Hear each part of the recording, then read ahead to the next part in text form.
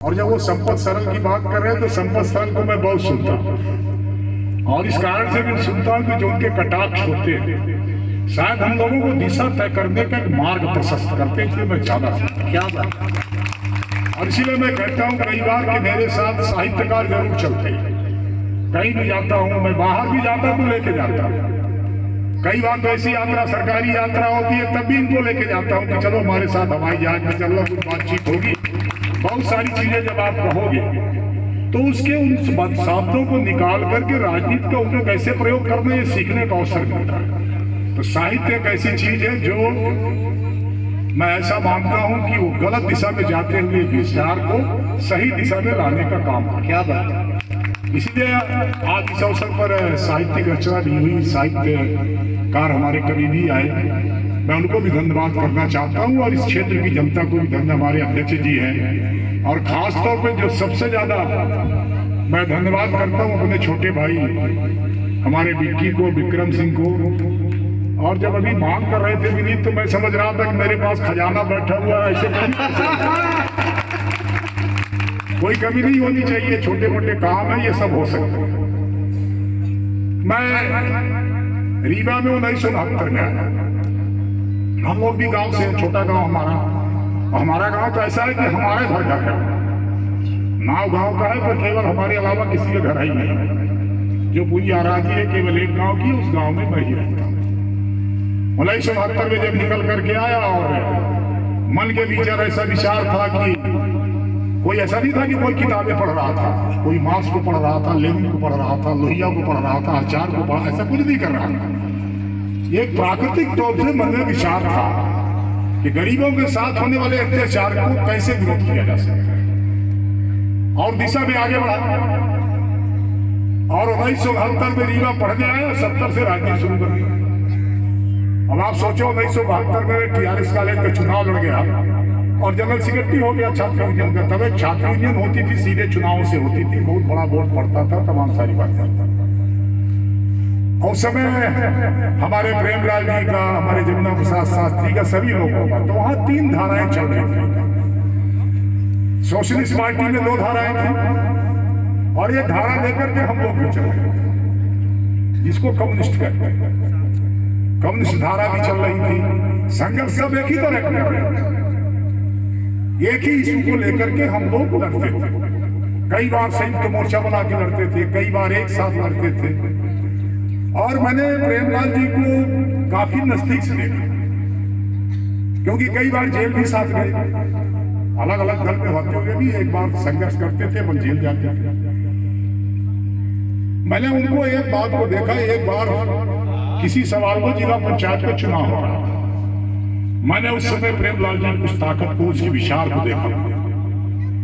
तो सवाल यह पैदा हुआ कि जिला पंचायत के अध्यक्ष का चुनाव था और हम दोनों, तब वो कम्युनिस्ट पार्टी में भी आ गए थे, शास्त्री जी भी आ गए थे, हम लोग कम्युनिस्ट पार्टी में थी, प्रेमलाल जी भी आ गए थे। तो शास्त्री जी एक शराब की दुकान के खिलाफ ऊपरदार में बैठे थे, बिशी आ गया। अब हम लोग एक समझौता करते, एक जिला पंचायत हमारा जीता था, एक शास्त्री जी का जीता था। तो हम लोग ये कहने गए कि हम एक टोकन लड़ाई लड़ेंगे, कैंडिडेट हमारा हो जाए, आपका हो जाए, हम समर्थन करें, कैंडिडेट खड़ा करें, क्योंकि भाजपा और कांग्रेस के मुकाबले में अपना वहां पर खड़े होने का एक देखना चाहिए।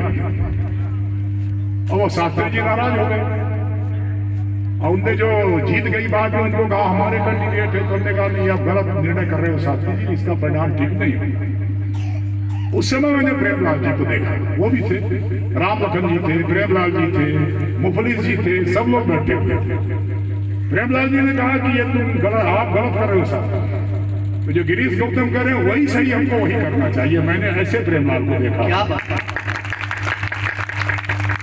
इसके बाद भी वो हम लोग लगातार साथ में रहे, आंदोलन करते रहे, दिशाएं हमारी अलग अलग थी और एक संघर्ष का जो रास्ता है। और मैं इसलिए भी कहना चाहता हूं, इन सबको धन्यवाद करना चाहता हूं। एक बात याद रखना, हम अमृत महोत्सव में प्रवेश किया, 75वां वर्ष में। आज राजनीति की दिशा बदलती जा रही है।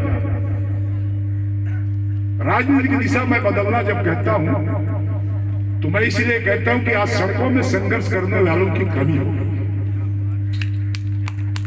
हो गई है।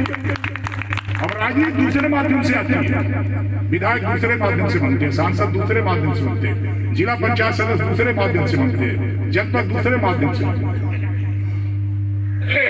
और पहले होता यह था कि किसी सवाल को लेकर के सड़कों में संघर्षों का एक रूप केवल गिरीश गौतम मर्दी, केवल प्रेमलाल नहीं, न जाने कितने लोग थे जो तमाम इशू को लेकर के सड़कों में आते थे। सतना होता हो चाहे रीवा हो, हर जगह सड़कों में आंदोलन करने वाले, संघर्ष करने वाले लोग थे। और जब हम लोग रिकॉर्ड बताते तो नए लड़के चौंक जाते। अपने इस उम्र में इतने जीवन में 88 बार जेल की यात्रा की, 88 बार जेल यात्रा करके आ गया। आज है कोई ऐसा एक आदमी मिलेगा एक दिन के लिए भी जेल गया हो?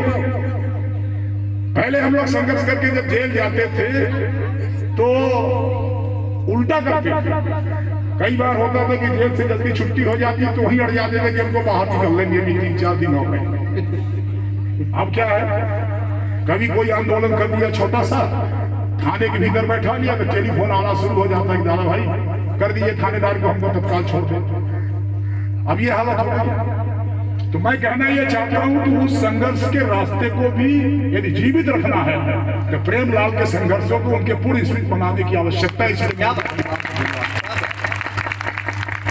क्योंकि जब भगत सिंह को याद नहीं करेंगे, हम चंद्रशेखर आजाद को याद नहीं करेंगे तो शायद इस देश की आजादी के माने झूठे हो जाएंगे। इस देश के सपने को शायद हम पूरा करने की तरफ अग्रसर नहीं होंगे। हमें उन्हें याद करना पड़ेगा। हमें आसानी से आजादी नहीं मिली। 75 साल बाद हम ये कह सकते हैं कि आजादी हमको, क्योंकि नई पीढ़ी आई उसने देखा नहीं, हमने भी नहीं देखा, परंतु इतिहास के उन पन्नों को पढ़ना पड़ता। इसीलिए आज देश के भीतर जब इतिहास के उन पन्नों को ठीक करने का हम प्रयास करते हैं, कुछ लोगों की छाती में दर्द हो रहा है। हम कहते हैं कि केवल ऐसे लोगों का नाम मत लिखो इतिहास के पन्नों में जिनने यहाँ क्रांता बन करके हमारे देश में कब्जा करके गुलामी में हमको हजारों वर्ष रखा है। ऐसे लोगों को पढ़ने की आवश्यकता है, चाहे वो महाराणा प्रताप हो, चाहे वो शिवाजी हो, चाहे इस तरह के जो हमारे क्रांतिकारी, उनको पढ़ने की आवश्यकता है। इसलिए इतिहास के पन्नों को दुरुस्त करने की आवश्यकता है, वो करने की आवश्यकता है। इसीलिए साहित्यकार भाइयों से भी कहना चाहता हूं, कई बार कहता हूं हमारे कमेंट कर रहे थे, बड़ा बहुत अच्छा कर रहे थे, यही तो परिवर्तन किया, यही परिवर्तन किया। और उसी के आपके उसके कविता में मैं 2-3 चीजें जोड़ देना चाहता हूं। हमने अपनी आंखों से देखा, परीक्षा केंद्रों को देखा जहां 10,000 की भीड़, अपनी आंखों से देखा, अपनी आंखों से देखा। और जब हम